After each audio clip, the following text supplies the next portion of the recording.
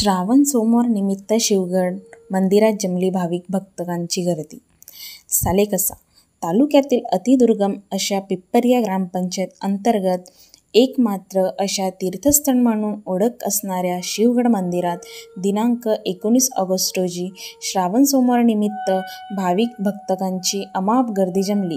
या निमित्ताने दलदली कमान घाट येथील झरण्यातून पाणी कावडने घेऊन कावड यात्रा काढण्यात आली व सदर पाण्याने शिवगड मंदिरातील भगवान शिवशंभो यांचा अभिषेक करण्यात आला. हवन पूजन नंतर महाप्रसादाचे आयोजन करण्यात आले. या प्रसंगी मोठ्या संख्येने महिला व पुरुष भाविक भक्तजन उपस्थित होते. सदर कार्यक्रमाला यशस्वी करण्यासाठी आदिवासी भाजपा आघाडीचे तालुका अध्यक्ष सरोज परतेती, मंदिराचे संस्थापक देवेंद्र परतेती, शिवभक्त सैरसिंग चुटे, माजी सरपंच सौ मधु अग्रवाल, उपसरपंच गुणाराम मेहेर, ग्रामपंचायत सदस्य राजाराम धामडे, ग्रामपंचायत सदस्य अशोक उईके, माजी ग्रामपंचायत सदस्य राकेश कोवे, धीरेंद्र अग्रवाल, कमल बसवणे, गणेश झगरे, चुन्नीलाल कटरे आदींनी खूप परिश्रम घेतले.